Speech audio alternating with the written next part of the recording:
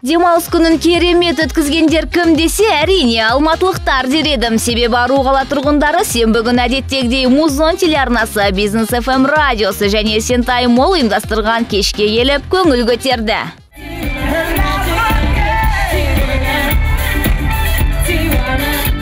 Бұл аптаның жұлдыздары жаста болса, үлкенді де, кішіні де аяғынан тік тұрғызып билеткен Медео тобы. Жанды дауыста салынған әндер музыкалық аспаптардың сүйемелдеуімен орындалып, қонақтарға қайталанбас әсер, керемет көңіл күй сыйлады. Концерт керемет өтті, жоғары деңгейде біз 100%-ді жұмыс жасадық. Көрермендер өте жылы бізді қарсы алды, бізбен бірге биледі, бізге өте ұнады, қатты ұнады. Бәрі жақсы өтті, тамаша. Маған өзіме ұнады, осы сахнада өзіміздің тобымызбен ән айтқанымыз.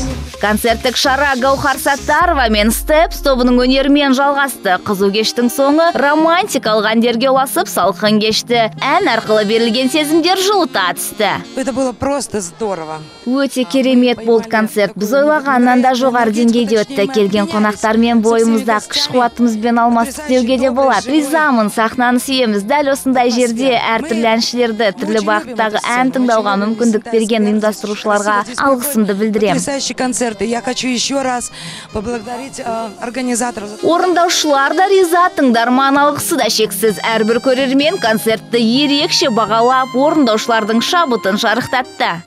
Өте жақсы өтіп жатыр, маған қатты ұнады.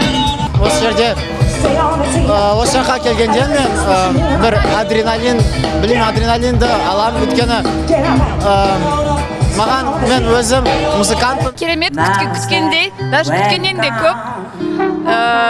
Өлеңдері жақсы. Өлеңдері өте жақсы, керемет, ұнайтын.